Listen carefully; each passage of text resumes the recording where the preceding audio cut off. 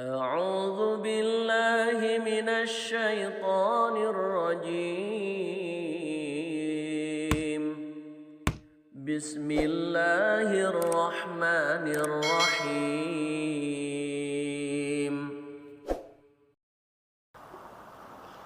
Assalamualaikum warahmatullahi wabarakatuh.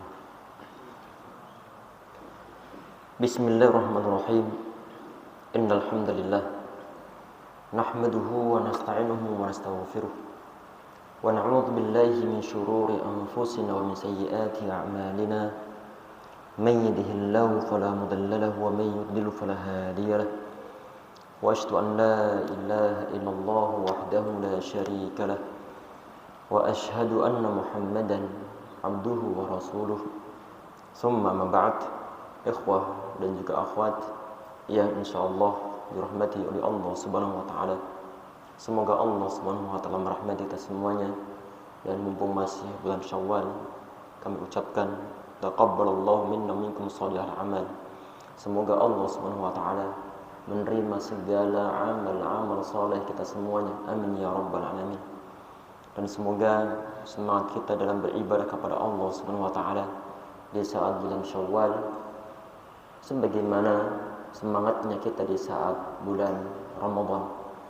Allah Subhanahu wa taala Dia disembah, Dia kita sembah bukan hanya di saat Ramadan saja tetapi juga di luar Ramadan. Semoga kita semua menjadi hamba-hamba Allah Subhanahu wa taala yang hakiki, hamba-hamba Allah Subhanahu wa taala yang ideal, sehingga apapun keadaannya, bulan apapun adanya, semoga kita senantiasa beribadah kepada Allah Subhanahu wa taala secara maksimal insyaallah.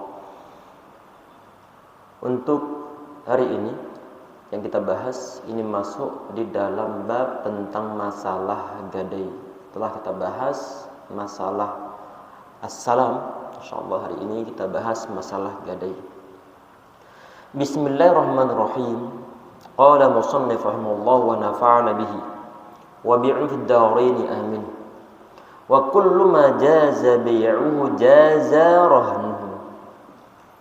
Segala hal yang diperbolehkan untuk diperjualbelikan maka boleh hukumnya untuk digadaikan. Sebelum kita lanjutkan pembahasan ataupun apa yang disampaikan oleh beliau, ikhwah sekalian, tentang masalah gadai, itu adalah menjadikan suatu benda ataupun suatu barang yang berharga sebagai suatu jaminan hutang. Kalau misalnya hutangnya telah jatuh tempo tetapi belum bisa untuk membayarnya, maka barang gadaian tersebut bisa untuk dijual oleh si penerima gadai, digunakan untuk nutup hutang dari orang yang telah berhutang tersebut. Begini ikhwah, ini adalah merupakan suatu bentuk kemudahan dalam syariah agama Islam. Agama Islam sangat melindungi tentang hak ataupun kepemilikan dari sebuah harta, menjaganya biar tidak hilang sama sekali. Semakin umat itu semakin belakang-belakang, semakin dekat-dekat dengan akhir zaman, sebagian di antara mereka mengambil harta orang lain tanpa hak, ataupun ngaku-ngaku harta orang lain tanpa hak. Dan termasuk di antara bentuk perlindungan dalam syariat agama Islam terhadap pemilikan harta benda, ada suatu syariah yang berupa ar-rahan, ataupun gadai. Gunanya untuk apa? Untuk kemudahan. Di saat Allah Subhanahu wa taala Dia membahas masalah hutang piutang, idza tadayantum bidainin ila ajalin musamma faktubu. Di saat kalian hutang piutang atau saling hutang menghutangi sampai dalam suatu jatuh waktu tempo tertentu, maka kalian tulislah. Tayyib. Di situ ada suatu perintah untuk nulis. Walaupun para ulama mereka mengatakan bahwa hukumnya menuliskan suatu hutang itu hukumnya adalah sunnah, tetapi kembali lagi bahwa ini adalah sebuah syariah yang perlu untuk diusahakan. Tayyib.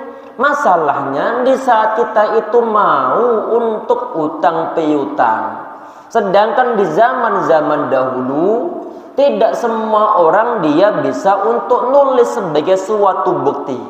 Maka bagaimana farihanu maqbudah? Maka bisa memberikan suatu jaminan yang diserah terimakan kepada orang yang siap untuk memberikan suatu pinjaman hutang. Tayyib. Berarti adanya gadai itu adalah sebagai suatu ganti dari proses tulis menulis, sebagai suatu bukti.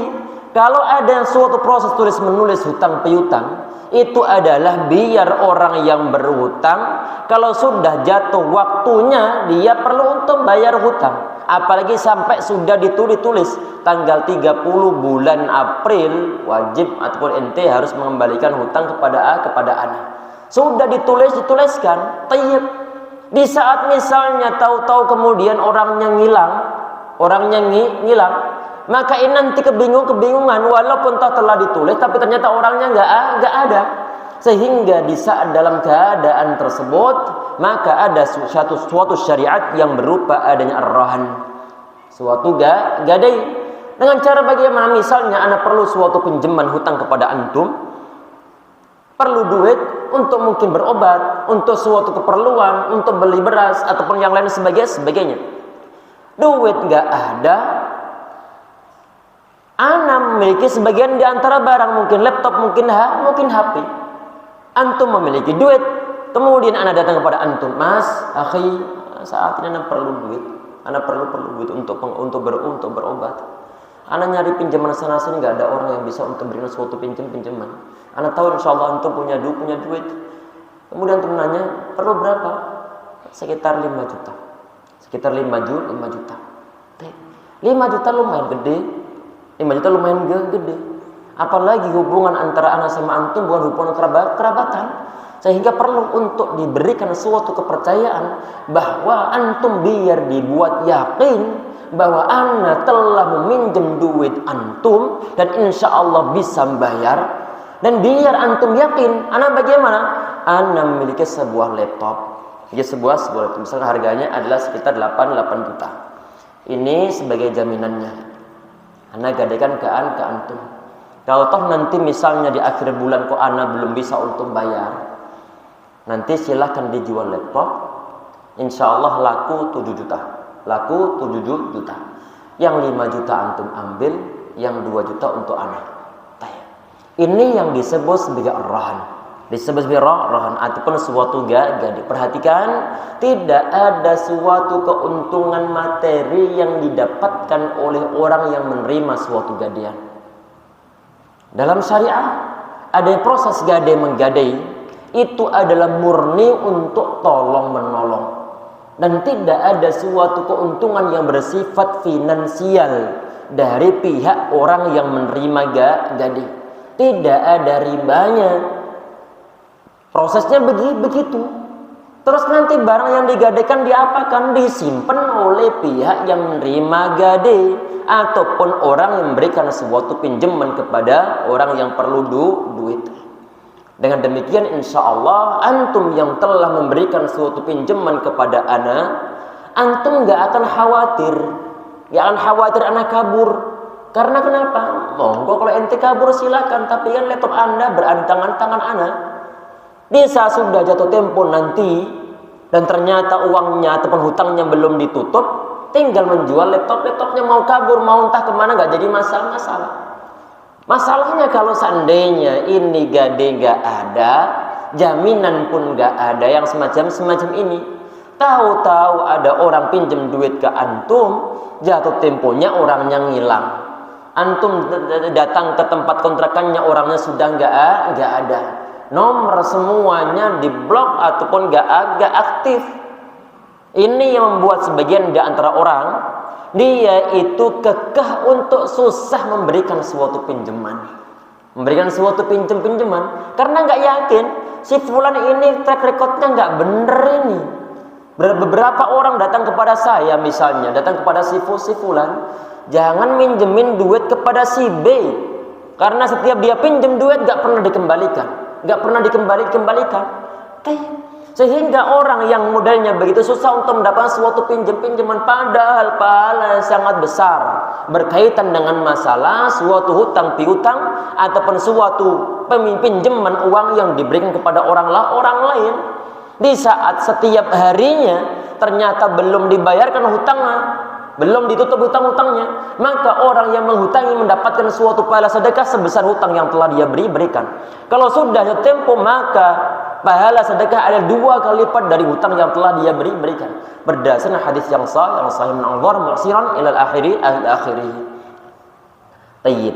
Kita lanjutkan bahasan. Perhatikan di sini. Wa kullu majaza bai'uhu, segala hal yang diperbolehkan untuk dijual, maka jaza rahnuhu, maka boleh untuk digadaikan. Laptop bisa untuk diperjualbelikan, sepeda bisa untuk diperjualbelikan, ataupun HP bisa untuk diperjualbelikan. Maka barang-barang tersebut yang sah hukumnya untuk diperjualbelikan, maka sah hukumnya untuk digadaikan biar kita mendapatkan suatu pinjaman. Tetapi zaman saat ini ya jamaah, susah untuk mendapatkan model-model gadaian yang tidak ada suatu unsur ribanya. Tidak ada suatu unsur ribanya.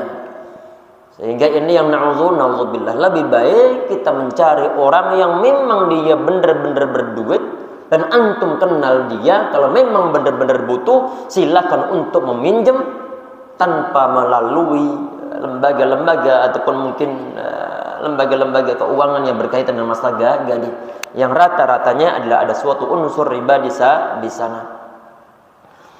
Kita perhatikan di sini. Wa kullu majaza bai'uhu jaza rahnu, segala hal yang diperbolehkan untuk diperjualbelikan, maka diperbolehkan untuk digadaikan. Fid duyuni,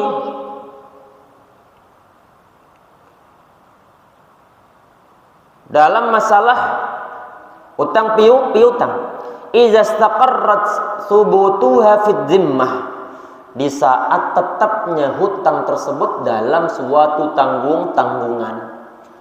Berarti adanya gadai itu adalah karena proses menghutang duit yang mana hutang tersebut mustaqirra fi zimmah, hutang tersebut telah tetap dalam suatu tanggungan. Berarti memang sudah waktunya ataupun memang sudah ada suatu kewajiban untuk bayar hutangnya. Berarti di saat ana mau pinjam duit ke antum, kemudian di saat saya mau untuk menggadaikan barang saya, maka memang benar-benar uang dari antum telah ana terima sebagai pihak orang yang mau untuk pinjam duit. Kalau baru rencana, maka gadaian belum boleh untuk diberikan. Barang gadai belum boleh untuk diberikan. Karena kenapa? Syaratnya dari gadai tersebut itu ada idza istaqarra fi zimmah, di saat hutang tersebut dia tetap dalam tanggungan. Dalam artian bahwa hutangnya itu memang sudah real, benar-benar wajib hukumnya untuk dibayar. Wajib hukumnya untuk dibayar. Berlaku pula masalah ini jamaah sekalian. Misalnya ada si A, dia itu nabrakkan ataupun menabrak mobil orang, nabraknya menggunakan motor. Mobil orang yang ditabrak, setelah dikalkulasi kerugian dari pemilik mobilnya adalah sekitar 2 juta. Sekitar 2 juta. Kebetulan si A yang nabrak dia tidak memiliki duitnya, nggak memiliki duitnya. Pertanyaannya begini, apakah 2 juta tersebut merupakan suatu hutang? Naam, jawabannya adalah merupakan suatu hutang, karena orang yang ditabrak mobilnya pengen segera untuk dibayar. Berarti merupakan suatu hutang. Kalau dalam keadaan begitu boleh untuk idza istaqarrat fi dhimmah, dibilang bahwa hutangnya telah berada dalam tanggungannya, netep dalam tanggungan orang yang nabrak tersebut. Terus bagaimana proses untuk gadainya? Misalnya si orang dia nabrak mobilnya orang lain, kemudian dia, ini antum HP ana, antum bawa aja. Antum bawa saja. Nanti kalau sekitar 2 bulan ini kok ana belum bisa untuk mengganti kerugian ini, silahkan dijual HP-nya. Insya Allah laku 4 juta. Laku 4 juta. Yang 2 juta untuk orang yang punya mobil, yang 2 juta milik orang yang telah menabrak tadi itu. Tayyib. Perhatikan jemaah sekalian, di saat ada suatu gadaian, tadi syaratnya adalah istaqarra fi dhimmah, berarti hutangnya telah netap dalam suatu tanggungan. Berarti kalau baru sekedar rencana, maka tidak bisa untuk menggadaikan. Nggak bisa untuk menggadaikan suatu barang. Karena kenapa? Karena baru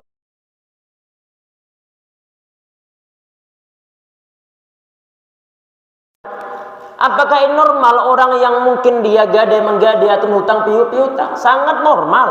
Sangat normal. Karena manusia diberikan ataupun dilahirkan oleh ibundanya dalam keadaan berbagai macam bentuknya, berbagai macam lapisan, berbagai macam keadaannya. Ada yang terlahir dari kalangan orang kaya, ada yang sedang, ada yang pas-pasan. Sehingga di saat ada suatu peluang yang terbuka untuk nutup suatu kekurangan dari orang yang mungkin sedang perlu, ini syariat ada. Hal yang manusiawi, kita punya hutang adalah yang manusiawi. Apalagi memang hutang yang kita minta ataupun ambil dari orang lain bukan dalam rangka untuk gaya hidup, untuk tren-trenan, tetapi adalah untuk keperluan yang mendesak. Untuk berobat lah, untuk beli beras lah. Loh, kok beli beras? Iya, karena sebagian di antara orang untuk mencari suatu pekerjaan belum ketemu. Padahal sudah berikhtiar, masya Allah. Semoga Allah SWT mudahkannya untuk mendapat suatu penghasilan yang halal. Tapi berarti hal yang manusiawi. Di saat hutang ataupun langsung kemudian meninggalkan suatu barang untuk digadaikan. Jangankan kita, Nabi Muhammad SAW beliau pun praktek. Bahkan di saat Nabi Muhammad SAW beliau meninggal, ternyata baju kurung beliau masih berada di genggaman ataupun berada di tangan orang Yahudi. Karena kenapa? Nabi Muhammad SAW beliau pernah berhutang. Perhatikan, pernah berhutang asyair, gandum, kepada orang Yahudi tersebut. Beliau nggak ada duit saat itu. Baju kurung beliau gadai-gadaikan, ditaruh tempatnya orang Yahudi. Sampai kemudian beliau meninggal, ternyata masih belum terbayarkan. Ada baju kurung tersebut. Berarti hal yang manusiawi. Di saat misalnya ada sebagian di antara keluarga, apalagi keluarga yang merintis, bukan pewaris katanya, yang ditertep. Seorang perintis bukan pewaris. Berarti yang merintis dari awal. Kalau merintis dari awal, tentunya tidak dalam keadaan langsung kaya raya. Dalam keadaan pas-pasan, rumah ngontrak, makan mungkin cuma dengan garam, dicampur dengan nasinya, dicampur dengan minyak goreng ataupun jelantah. Sudah segernya bukan main. Tayyib, berarti sebagian di antara manusia memang berproses dari awal, nggak terlahir dalam keadaan kaya raya. Agama Islam memudahkan kita untuk berproses semacam itu. Berarti cukup manusiawi di saat ada orang dia punya hutang, tetapi perlu untuk perhatikan, hati-hati dalam berhutang. Jangan sampai karena faktor gaya hidup maka nanti dia menderita seumur hidupnya. Na'udzubillah. Karena gaya hidup nggak ada selesainya. Na'udzubillah. Tayyib, kita perhatikan. Kemudian di poin berikutnya, tadi beliau menyebutkan di paragraf pertama adalah wa kullu majaza bai'uhu jaza rahnu fid duyuni idza istaqarra thubutuha fi dhimmah. Semua yang boleh diperjualbelikan maka boleh pula untuk digadaikan untuk keperluan hutang piutang. Jika hutang itu tetap menjadi tanggungan si penggadai. Berarti memang realnya orang tersebut dia telah memiliki suatu hutang yang perlu untuk dibayarkan. Berarti kalau toh seandainya hutangnya belum thubutuha, belum netap dalam suatu tanggungan, maka tidak boleh untuk praktek gadai. Kemudian di poin berikutnya,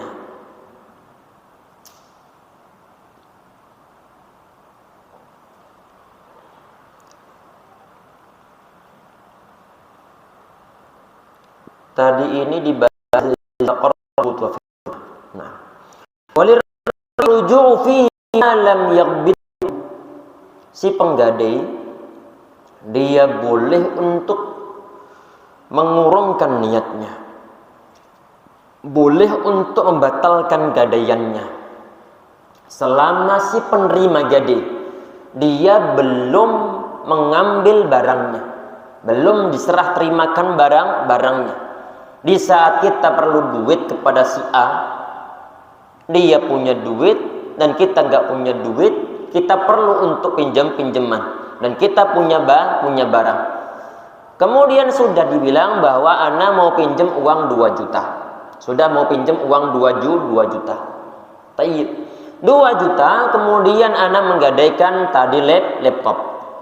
Setelah dipikir-pikir, ini kalau nanti ana jadi minjem, laptop ini berada di tangan si fulan tersebut, maka khawatirnya nanti jangan-jangan laptopnya rusak.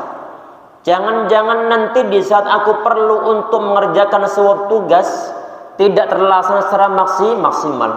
Setelah dipikir-pikir, akhirnya kemudian walaupun misalnya duit sudah diberikan, misalkan saja, dan laptopnya masih berada di tangan kita, ataupun misalnya adalah duit berada di masih berada di dia dan laptopnya masih berada di tangan kita, maka bagaimana? Maka kita itu masih berhak untuk mengcancel, membatalkan akad menggadai tersebut. Berarti boleh untuk kita bilang, Mas, ana nggak jadi pinjam, ana kembalikan uang antum, barang gadaiannya nggak ada, jadi ana kirim. Maka ini diperbolehkan. Wala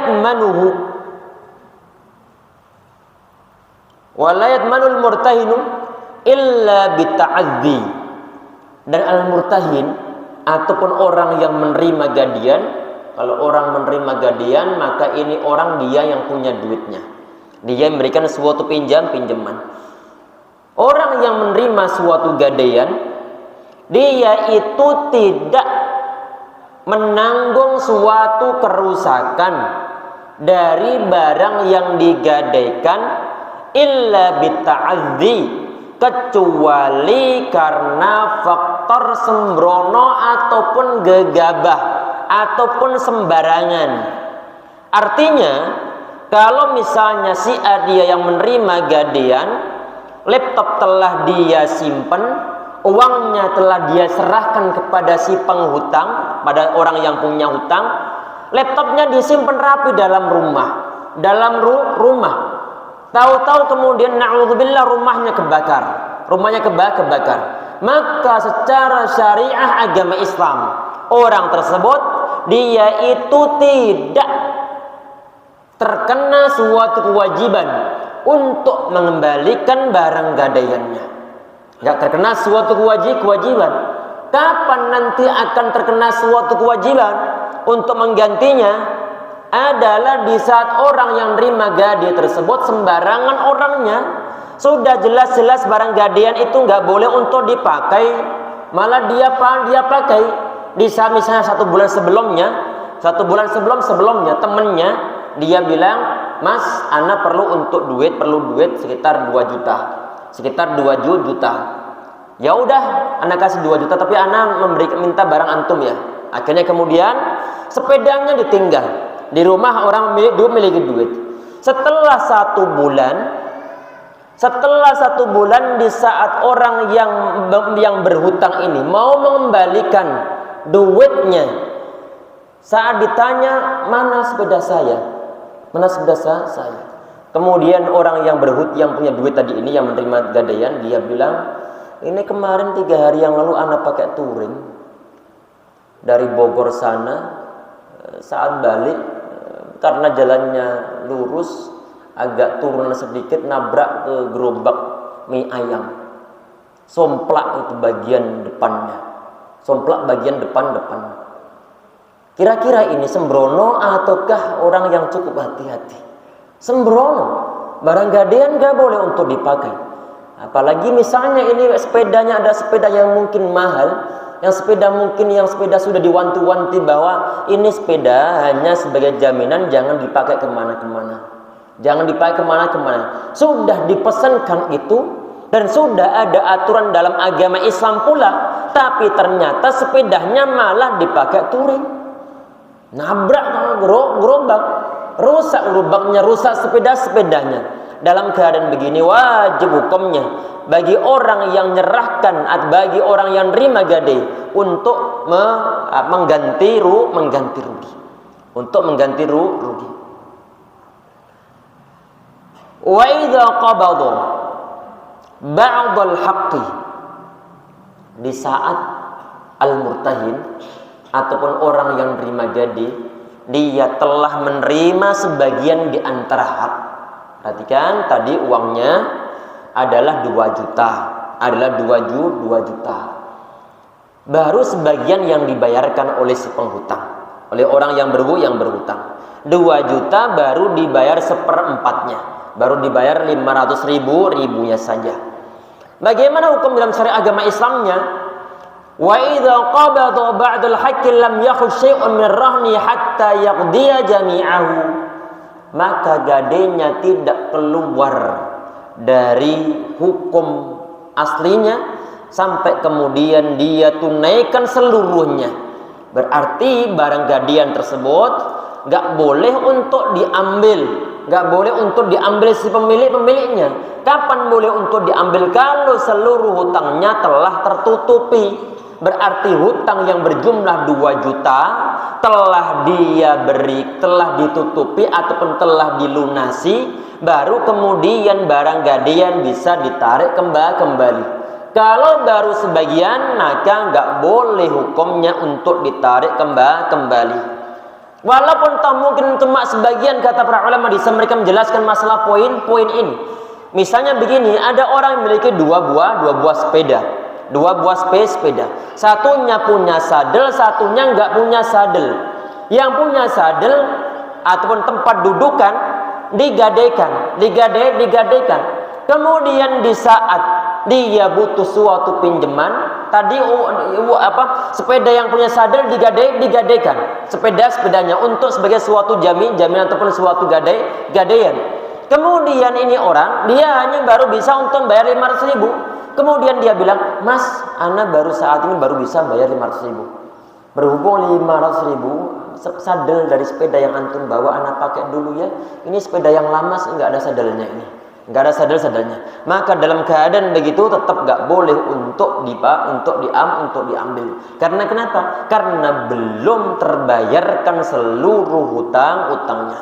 Kalau sudah terbayarkan, baru kemudian diperbolehkan untuk diambil barangnya.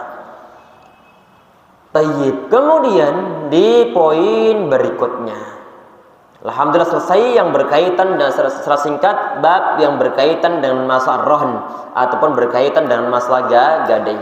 Kemudian bab berikutnya wal hajru. Ini hajar ya ikhwas sekalian, secara bahasa itu artinya adalah al-man'u min at-tasarrufi fil mal ataupun al-man'u, yaitu suatu pencegahan ataupun penghalangan. Penghalangan apa ini? Penghalangan untuk mentasarrufkan, untuk membelanjakan suatu harta benda. Si fulan dia dihajar, lagi dihajar hartanya. Artinya si fulan dia itu karena faktor suatu sebab gak boleh untuk membelanjakan hartanya dengan berbagai macam alasan yang syar'i. Bisa karena faktor demi kemaslahatan dari orang yang dihajar, ataupun biar minimal harta bendanya tidak hilang ataupun tidak merugikan orang lain. Apakah dimungkinkan ini harta milik si A yang dihajar, yang gak boleh untuk ditasarrufkan, gak boleh untuk dibelanjakan, ternyata demi kemaslahatan si B sangat dimungkinkan. Karena kenapa? Kadang-kadang ada orang yang dia itu punya hutang yang sangat banyak, hutangnya melebihi aset yang dia miliki. di saat hutangnya melebihi aset yang dia miliki, maka otomatis hutang yang sebegitu banyaknya tidak bisa terbayarkan untuk sementara waktu. Akhirnya kemudian orang yang telah memberikan suatu pinjaman, ataupun orang-orang yang telah memberikan suatu pinjaman kepada si B, kemudian lapor ke pihak pengadilan bahwa si fulan dia telah pailit, telah bangkrut, gak bisa untuk bayar hutang-hutang yang ada pada kami. Hutangnya pada kami semua sekitar 500 juta. Sekitar 5 juta. Sedangkan seluruh total aset yang dimiliki oleh si fulan adalah cuma 200 juta. Lah, yang 300 juta hutang sebegitu banyak kenapa? Karena terjerat judol ataupun judi online. Ini na'udzubillah. Tayyib. Akhirnya kemudian pihak pengadilan memutuskan bahwa si A dia nggak boleh belanjakan harta bendanya. Karena kenapa? Demi kemaslahatan dari orang lain, yaitu orang-orang yang telah memberikan suatu pinjaman. Yang model-model tadi ini ya jamaah sekalian, akhwat sekalian, ini yang disebut sebagai al-hajr, disebut sebagai al-hajr, menghalangi ataupun mencegah sebagian di antara orang untuk membelanjakan harta bendanya. Baik, kita baca kitabnya. Wal hajru ala sittatin. Hajr itu diberlakukan terhadap 6 orang. Terhadap 6 orang.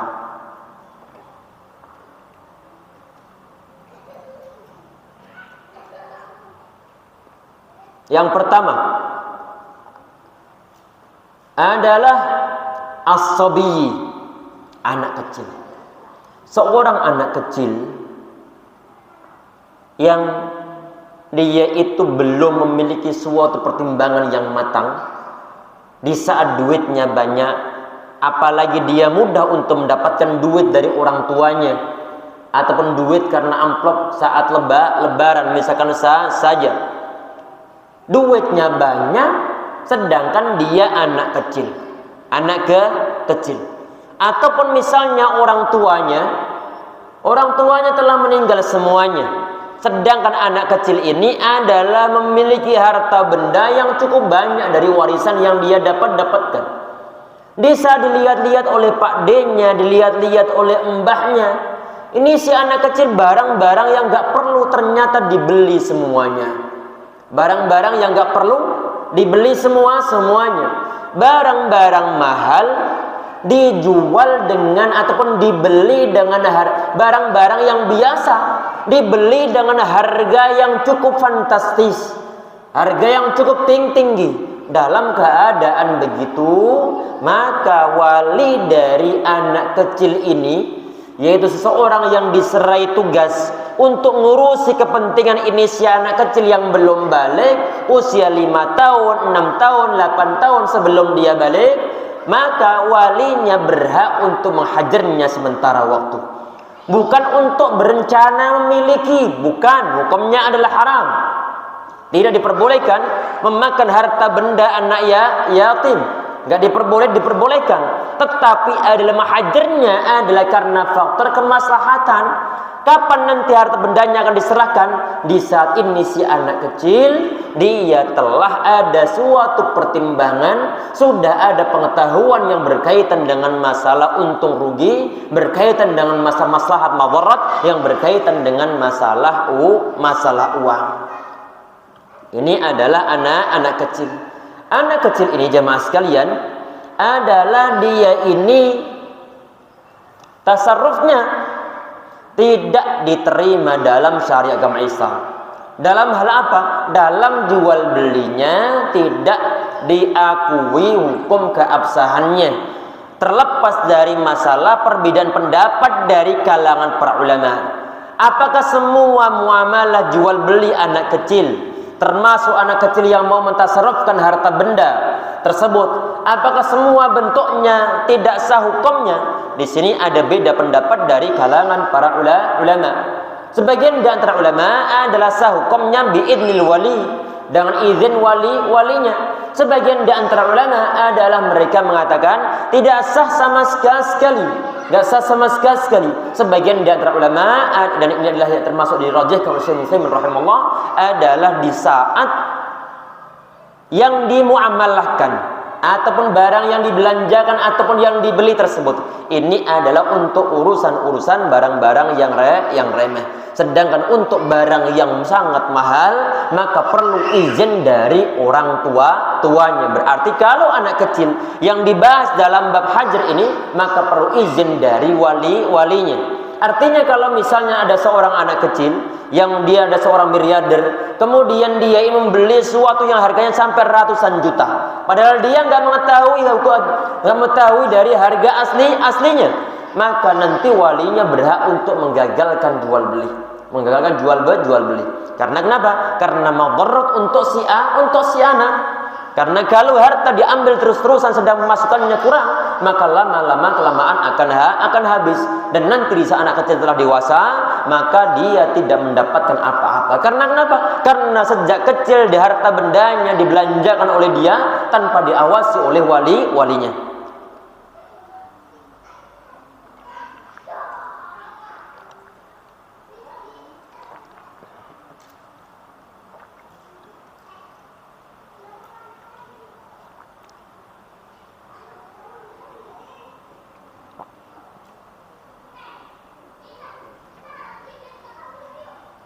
Kemudian yang nomor 2, wal majnuni. Yang nomor 2 adalah seorang majnun, yaitu orang yang memiliki suatu gangguan kejiwaan.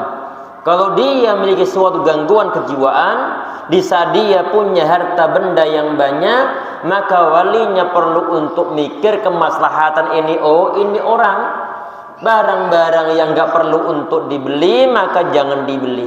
Dan biasanya orang ataupun walinya sudah mewanti-wanti kepada orang-orang sekitarnya. Nanti kalau si fulan ini yang bermasalah di dalam mentalnya, dia membeli sesuatu yang mahal, maka jangan diterima. Ini termasuk di antara bagian al-hajar, ataupun langsung dilarang oleh walinya dengan berbagai macam cara. Intinya bahwa seorang yang majnun demi melindungi harta benda mereka dari suatu kerugian akibat ketidakmampuan berpikir secara logis, maka walinya dia berhak untuk menghajar harta benda yang mau dibelanjakan oleh orang majnun. Karena kenapa? Khawatir nanti di saat dia sudah dalam kondisi sehat walafiat, kewarasannya kembali, kemudian dia sudah tidak mendapatkan harta benda yang dia miliki selama ini, maka nanti yang merugi adalah diri orang tersebut. Dan tidak menutup kemungkinan bahwa orang-orang yang waras dari kalangan para familinya akan disalahkan. Nyalakannya bagaimana? Dulu saat aku masih dalam kondisi sakit mental begitu, kok aku beli sesuatu dibiarkan saja, kok nggak dilarang? Sehingga dia kemudian menyalahkan familinya. Biar hal tersebut tidak terjadi dan tidak timbul suatu penyesalan, di akhirnya dalam agama Islam ada suatu istilah hajar yang diberlakukan terhadap orang gila atau orang ODGJ yang tidak bisa berpikir secara normal. Demi kemaslahatan siapa? Demi kemaslahatan orang tersebut, biar nanti harta bendanya masih nyisa di saat dia sudah dalam kondisi waras ataupun sudah sembuh. Bahkan kadang-kadang jamaah sekalian, di saat orang tersebut belum sembuh pun, kadang-kadang dia itu perlu suatu biaya, dia perlu makan, kadang-kadang dia dalam keadaan sakit-sakitan perlu untuk obat. Kalau harta bendanya kemudian dia belanjakan semau-mau dia tanpa diawasi sama sekali oleh pihak walinya, maka nanti yang direpotkan adalah walinya itu sendiri. Duit dari orang atau majnun, orang yang gila ini, ODGJ ini, duitnya telah habis, sedangkan dia perlu untuk makan setiap harinya, sedangkan dia kadang-kadang sakit, maka nanti yang dirugikan adalah pihak familinya. Sehingga sangat logis dalam agama Islam, syariah yang berkaitan dengan masalah hajar ini diberlakukan terhadap siapa? Terhadap orang gila ini. Kemudian yang berikutnya adalah as-safi. adalah seorang safi, orang yang bodoh, yang tidak cakap dalam mengelola harta benda. Bedanya sama Majnun tadi apa? Bedanya adalah Majnun, memang kalau Majnun itu ada masalah diminta-mintanya, diajak ngomong nggak nyambung sama sekali. Bahkan di saat diajak ngobrol, ente dari mana? Dibilang dia dari planet Pluto katanya. Dia dari Jupiter. Kok lama banget kata dia, ditangkepin oleh orang yang waras. Iya, ana menggunakan buruk. Ini adalah orang gila, ODGJ. Orang safi beda dengan seorang yang majnun. Orang safi hanya dia ini tidak cakap dalam belanjakan harta bendanya. Gak cakap. Barang yang murah dia beli dengan harga yang cukup mahal tanpa ada suatu pertimbangan, dan dia sudah kemakan iklan. Sudah berkali-kali terjadi suatu cekcok antara keluarga. Terjadi cekcok antara suami istri. Karena kenapa? Karena sembarangnya belanja. Asalkan dapat iklan yang bagus, langsung dia beli. Tapi ternyata adalah zon. Akhirnya kemudian bagaimana? Akhirnya kemudian karena saking parahnya orang ini dalam belanjakan harta bendanya, akhirnya pihak keluarga mereka mau berlakukan al-hajar kepada orang ini.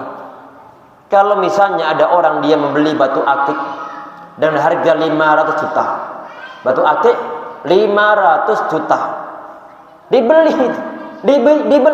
Maka keluarganya berhak untuk menghajar orang ini. Menghajar orang-orang ini. Apakah dia orang gila? Dia nggak gila, cuma nggak bijak dalam belanjakan harta bendanya. Nggak bijak dalam belanjakan harta bendanya. Naudzubillah. Ini orang borosnya bukan borosnya kebablasan.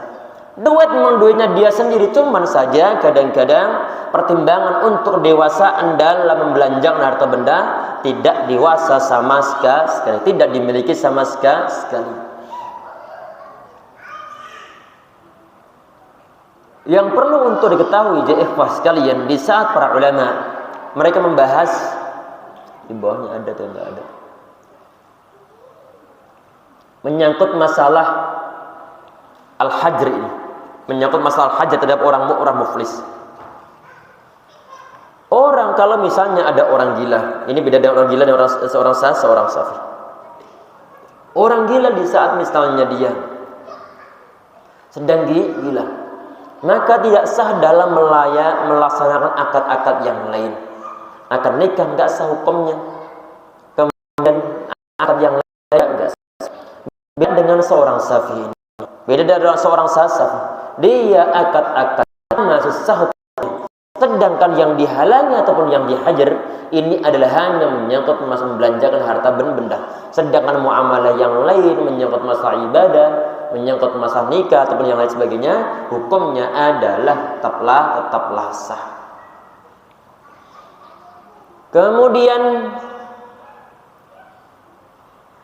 tadi itu as-safi al-mubadziri limalihi, yaitu seorang safi yang membazirkan harta bendanya.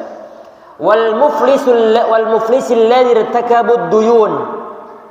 Dan juga ini diantara yang tadi kita sebutkan di contoh awal bab ini, berkaitan dengan masalah orang yang memiliki suatu harta benda, tetapi dia ini memiliki suatu hutang yang sangat banyak, yang mana hutangnya setelah dikumpulkan ternyata lebih banyak daripada aset yang dia miliki. Sedangkan orang-orang yang telah menghutanginya semuanya telah menagih sampai ratusan juta, semuanya nagih. Sedangkan di saat mau untuk menjual seluruh asetnya, tidak bisa untuk melunasi seluruh hutangnya. Maka dalam keadaan begitu, orang ini dia berhak untuk dihajar, karena dia adalah sudah berstatus sebagai pailit, sudah bangkrut dengan benar, sehingga dia ini nggak boleh untuk belanjakan harta bendanya, nggak boleh. Terus yang dilaksanakan oleh pengadilan bagaimana? Biasa nanti pengadilan dia itu melelang harta ini si fulan, aset yang dimiliki si fulan dilelang. Nanti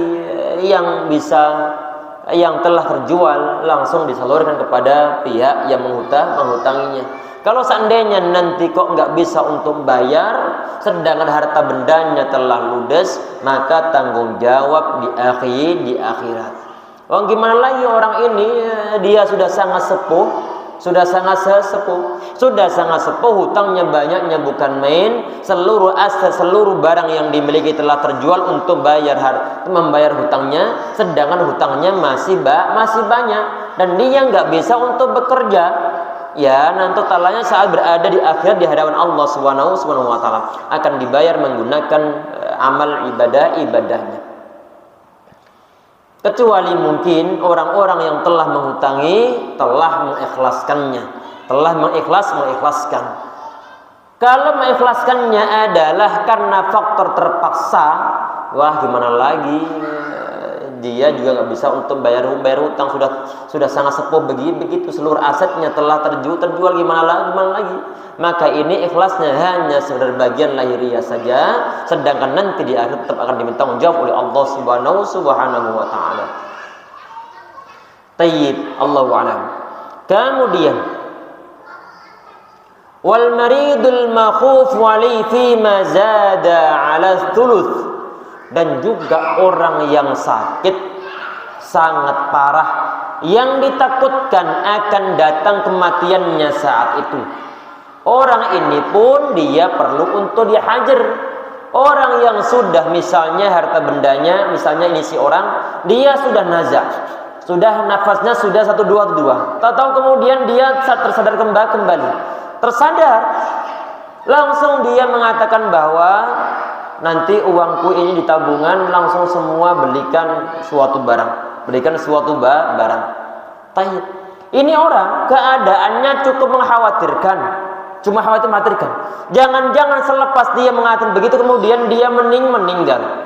Dan kadang-kadang dalam keadaan begitu orang ini dia nggak bisa untuk berpikir secara logis, berpikirnya pendek. Kadang-kadang sebagian di antara mereka ingin menghabiskan seluruh hartanya, tidak ingin menyisakan sedikit pun untuk bagian ahli warisnya.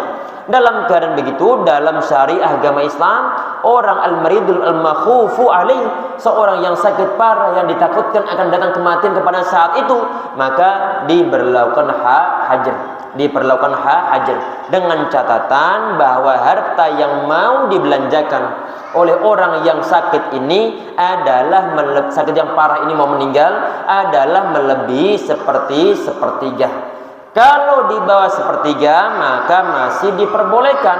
Kalau di luar sepertiga, di atas sepertiga dari aset yang dia miliki, maka perlu untuk dihajar ataupun minimal diluluskan untuk sebatas sepertiganya, sedangkan yang di luar tidak boleh untuk dilulus-luluskan, nggak boleh untuk diturutin.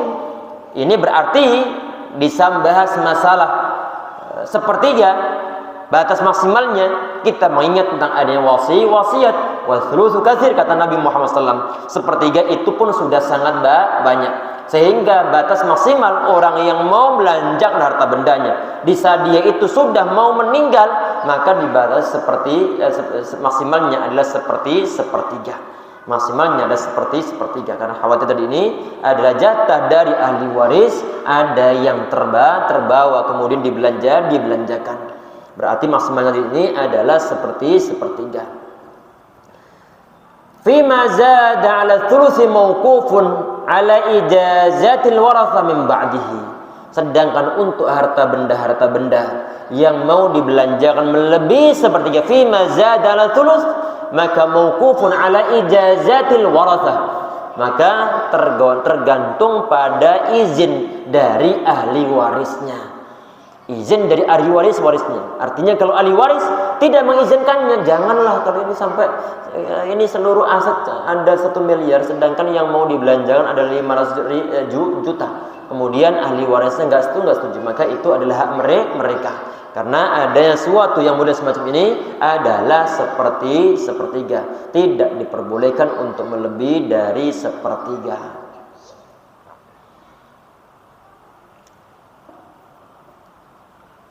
Kemudian di poin berikutnya, wal 'abdul ladzi lam yu'dzan lahu fit tijarah, dan juga ini adalah orang yang keempat tentang masalah seorang hamba yang tidak diizinkan oleh tuannya untuk mentasarrufkan harta benda untuk berdagang. Maka di saat nanti berdagang, maka harta bendanya bisa dihajar untuk sementara waktu. Kecuali mungkin ada sebagian di antara orang ataupun tuan di zaman dahulu yang mengizinkan budaknya untuk berdagang. Karena kenapa? Karena mungkin ini orang termasuk di antara budak muba'ad.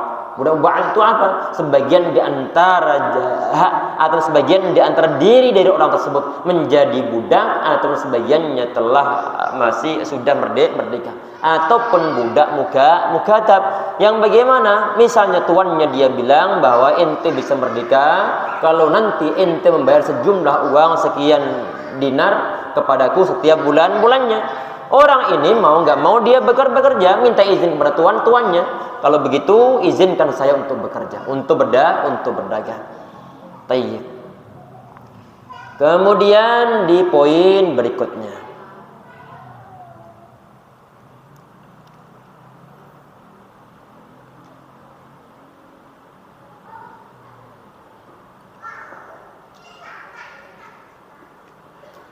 tadi wa ma'na kaun fi zimmati annahu yutba'u bihi ba'da iki idza utik.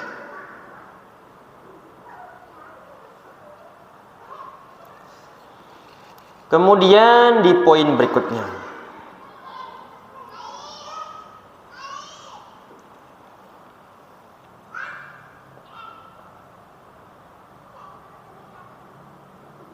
poin berikutnya ini adalah bab tentang masalah as-sulhu, tentang masalah as-sulhu. As-sulhu itu adalah suatu perdamaian, perdamaian. Ini adalah sebuah konsep yang penting dalam hukum syariah tentang adanya perdamaian atau penyelesaian sebuah sengketa secara damai antara kedua belah pihak yang berselisih. Baik mungkin menyangkut masalah muamalah ataupun menyangkut masalah pidanya. Ini fungsi untuk as-sulh ini apa? Adalah untuk ngekat permusuhan yang terjadi antara satu orang dan orang yang lainnya. Dicari titik temu yang mana masing-masing dari mereka tidak mendapatkan suatu kerugian, biar tidak terjadi suatu pertumpahan darah. Menjaga tali ukhuwah tetap kuat antara umat Islam, serta meringankan beban hukum dan juga sanksi di saat ada sulh di sana. Misalnya secara simpelnya begini, ada orang yang dia ini sudah akan mau dijatuhi hukuman qisas karena dia telah membunuh orang lain, akan dikisas, akan dieksekusi. Kemudian sebelum prosesnya dia berusaha untuk lobby, atau keluarganya berusaha untuk lobby. Lobby siapa? Lobby pihak keluarganya, pihak keluarga si korban. Setelah berhasil di lobby, maka kemudian terjadi suatu titik kesepakatan bahwa ini si fulan dia tidak jadi dieksekusi, tetapi perlu untuk membayar sebagian di antara harta benda. Ini yang termasuk di antara bentuk as-sulhu, termasuk bentuk as-sulhu. Tayyib. Di antara kasusnya begini jamaah, sebelum kita bacakan kitabnya, ada seorang yang dia melukai orang lain. Kebetulan berada dalam syariah agama Islam. Luka tangan perlu untuk dibalas pula. Kalau enggak bagaimana? Maka perlu untuk dikisos ini. Misalnya gigi satu itu adalah perlu untuk bayar ataupun perlu bayar diat yang berupa 5 ekor unta. Misalkan saja. Baik, setelah pembicaraan berlangsung akan kemudian diputuskan ya udah perlu untuk bayar sekian dinar. Ini pun termasuk yang terbentuk as-sulhu. Kemudian kita bacakan kitabnya. Wa yasihu sulhu ma'al iqrari fil amwal. Sulh ataupun perdamaian sah ketika dia ikrar, maksudnya di sini adalah dari si terdakwa, dari orang yang memiliki suatu kasus terhadap harta benda, wa ma afdha ilaiha, dan apa saja yang dapat diganti kerugiannya dengan harta benda. Wa huwa nau'an. Perhatikan di sini jemaah sekalian, bahwa adanya as-sulhu ini sah hukumnya adalah dari ikrar ataupun dari pengakuan dari pihak yang tergugat atas apa yang dituduhkan kepadanya dalam perkara harta benda. Misalnya begini, si A, dia tahun 2015 pernah memberikan uang yang dia hutangkan kepada si B sejumlah 2 juta. Kemudian di tahun 2026 ternyata di saat si A dia nagih si B tidak mau untuk mengakuinya, nggak mau untuk mengakui. Terus bagaimana? Terus tahu-tahu kemudian setelah proses mereka berantem, tahu-tahu di pertengahan tahun 2026 si B ini dia ngaku bahwa memang benar tahun 2015 aku pernah minjem uang kepada antum. Mohon maaf karena kemarin karena khilaf, ana nggak mau untuk mengakuinya, daripada nanti urusan akhirat ya sudah ana ngaku.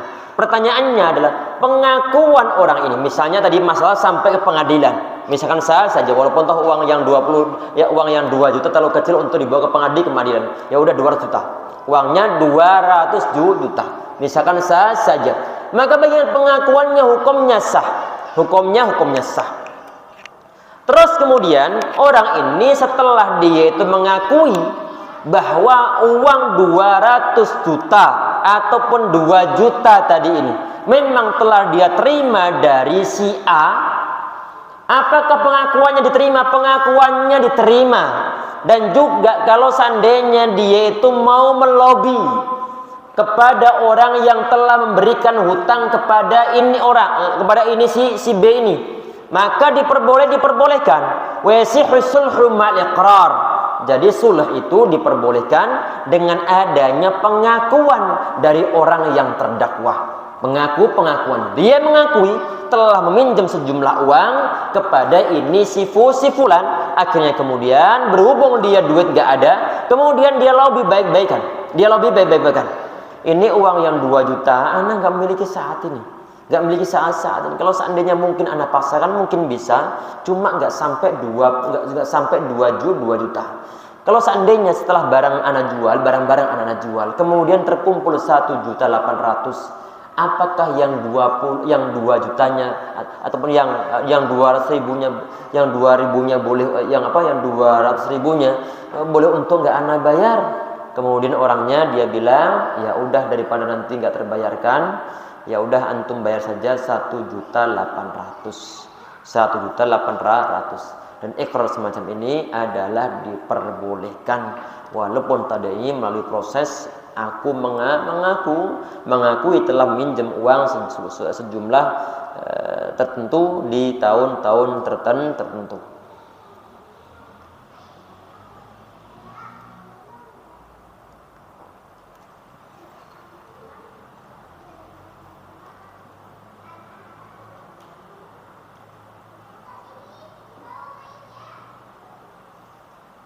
Kemudian di poin berikutnya,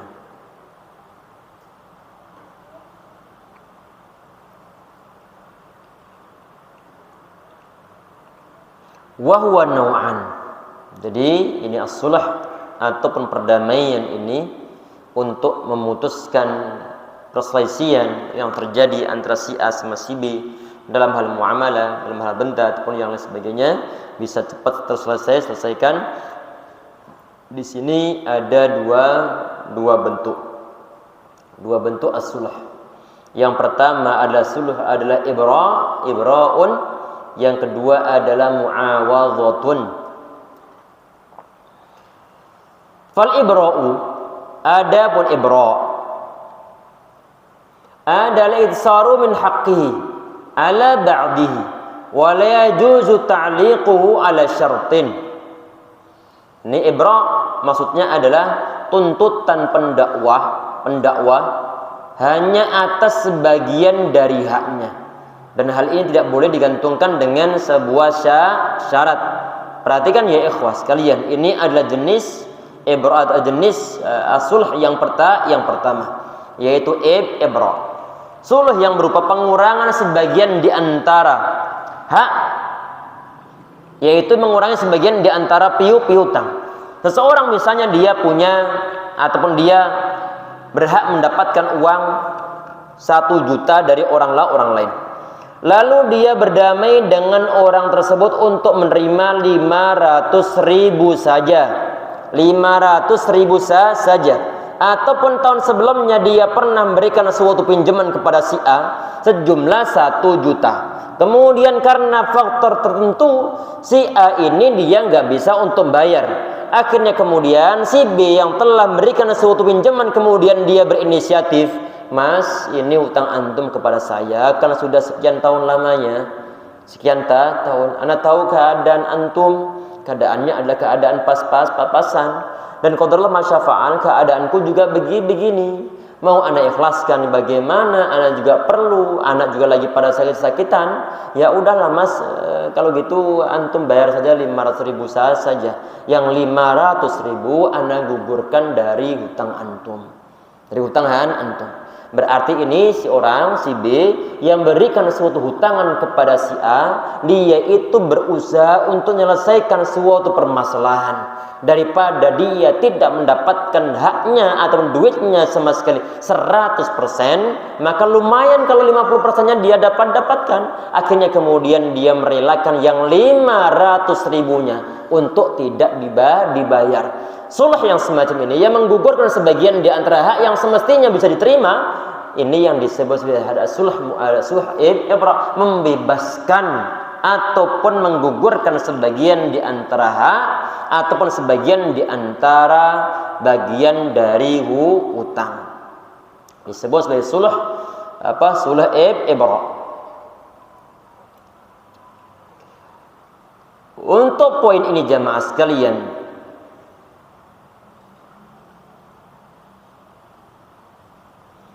ini ada sebagian di antara hadis yang sahih.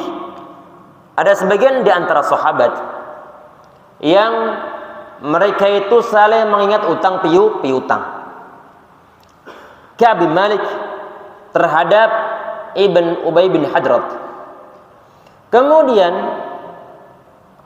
saat masalah ini dibawa kepada Nabi Muhammad SAW, karena Nabi Muhammad SAW beliau melihat keadaan dari orang yang memiliki suatu hutang ini. Akhirnya kemudian Nabi Muhammad SAW beliau memberikan satu isyarat agar hutangnya dibayar setengahnya saja. Akhirnya kemudian faqala Rasulullah SAW, "Qum faqdih." Ente berdiri, kemudian ente bayarlah. Di saat tadi itu misalnya hutangnya adalah 100 atau 1 juta. Kemudian ini orang yang berhutang dia hanya bisa untuk bayar setengah jutanya saja, maka setengah juta tersebut segera perlu untuk dibayarkan. Jangan ditunda lagi, karena sudah mendapatkan suatu kelonggaran, maka jangan setelah diberikan hati malah minta ampelah, minta 1 ekor penuh. Ini yang kurang adab. Tayyib.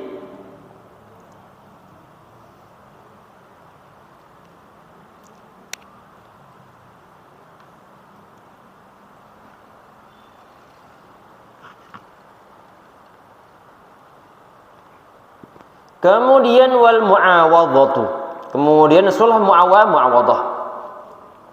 Udulu an haqqihi ila ghairihi. Yaitu sulh yang berupa tukar menukar dengan cara pihak yang bersengketa ini meninggalkan haknya untuk diberikan kepada selainnya. Suatu barang ditukar dengan suatu barang yang lainnya. Sebagai suatu bentuk contohnya seorang menuntut hak atas sebuah rumah ataupun hak syuf'ah yang pernah kita bahas atas sebagian dari rumah. Lalu sebagian di antara pihak dituntut untuk mengakui dan juga dituntut untuk berdamai dengan memberikan suatu tentu, mungkin pakaian ataupun yang lain sebagainya. Berarti ini bentuk kompensasinya, bentuk kompensasi. Tadi orang yang telah memberikan hutangnya 1 juta, ternyata si A dia tidak bisa untuk melunasi 1 juta, hanya bisa untuk melunasi 500.000 saja. Terus yang 500.000 dikemanakan? Diapakan nanti? Diganti dengan barang yang dimiliki oleh orang yang berhutang. Berarti kondisinya beda dengan keadaan orang yang pertama. Keadaannya memang benar-benar dijatuhkan, dalam artian tidak perlu untuk dibayar, sudah diikhlaskan. Ya udah, daripada engkau nggak bisa bayar, antum nggak bisa bayar, udah bayar 500.000 saja. Yang 500.000 ana bebaskan. Ini yang disebut sulh ibrah. Sedangkan yang kedua, mu'awadhah, itu adalah ketidakbisaan untuk membayar sejumlah uang tersebut, diganti kompensasi dengan barang yang lainnya. Ini yang disebut sebagai sulhul mu'awadhah. Ataupun mungkin 1 juta nggak bisa dibayarkan. Akhirnya bagaimana? Akhirnya orang yang berhutang, dia nyerahkan suatu barang. Uang yang dia hutang diganti dengan barang yang dia miliki. Di saat orang yang memberikan suatu pinjaman menerima, maka ini sulh yang disebut sebagai sulhul mu'awadhah.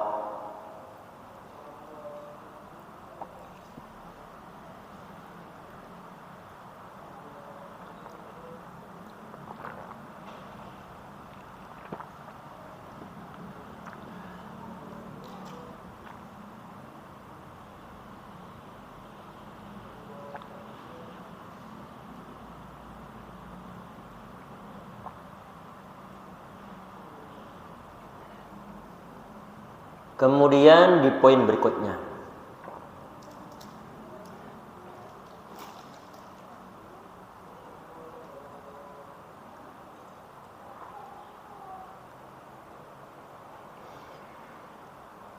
wa yajuzul insan al-muslim, dan diperbolehkan bagi seorang muslim ayushri'a ayukhrija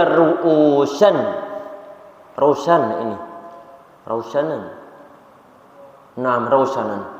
Diperbolehkan bagi seorang muslim untuk memasang atap yang menonjol fi tariqin nafidhin, di atas jalan lalu lintas umum, la yadarrarul maru bihi, yang mana atap tersebut tidak sampai membahayakan orang-orang yang melewat, yang lewat.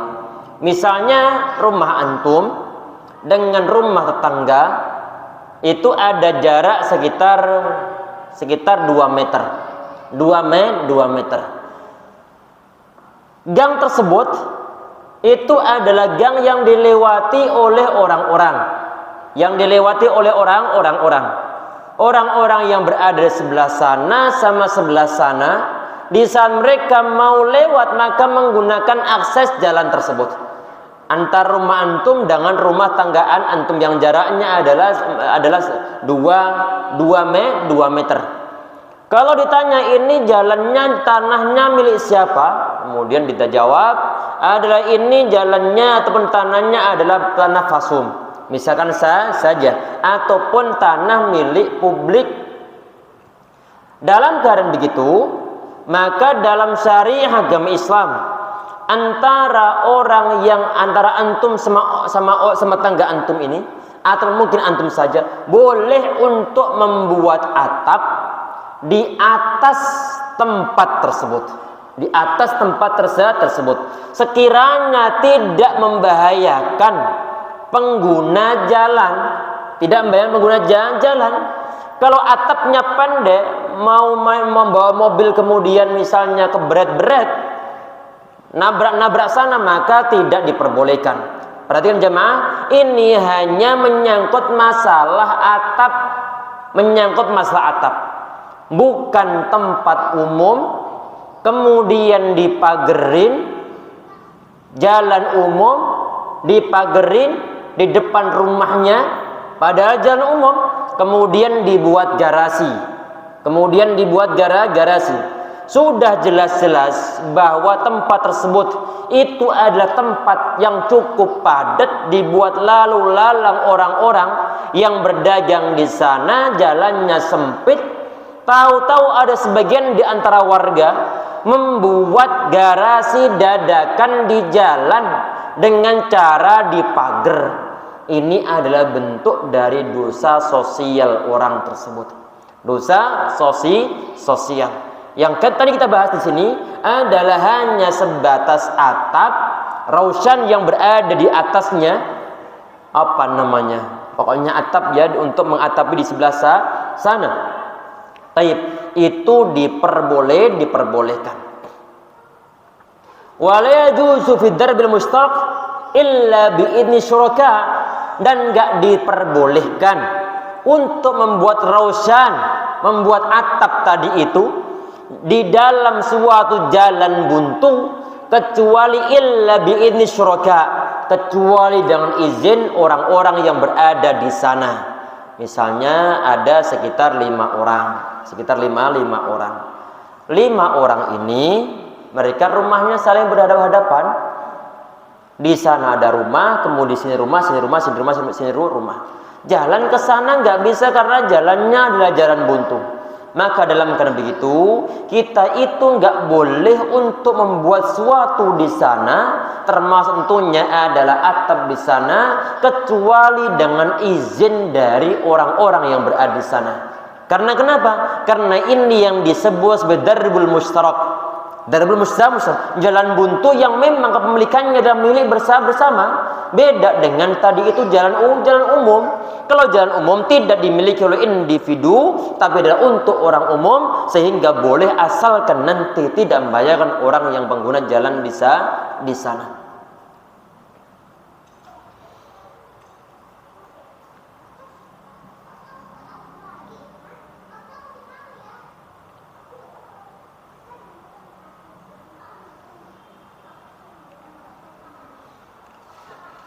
Ini sudah di akhir waktu, bentar lagi sholat asar. Nanti untuk pembahasan poin yang terakhir ini nanti perlu untuk kita gambarkan, dan kalau nanti memungkinkan untuk pastor nanti perlu untuk proyek, karena ada suatu gambar yang perlu ditampilkan insyaallah, dan nanti kita bahas dari si hukum fikih. Ini menyangkut masalah darbul juga, menyangkut masalah jalan yang akan digunakan oleh individu sebagian di antara manusia. Nanti untuk masalah poin terakhir akan kita bahas di pertemuan berikutnya insyaallah. Dan sebelum ditutup, mungkin ada yang ingin ditanyakan terlebih dahulu, silahkan.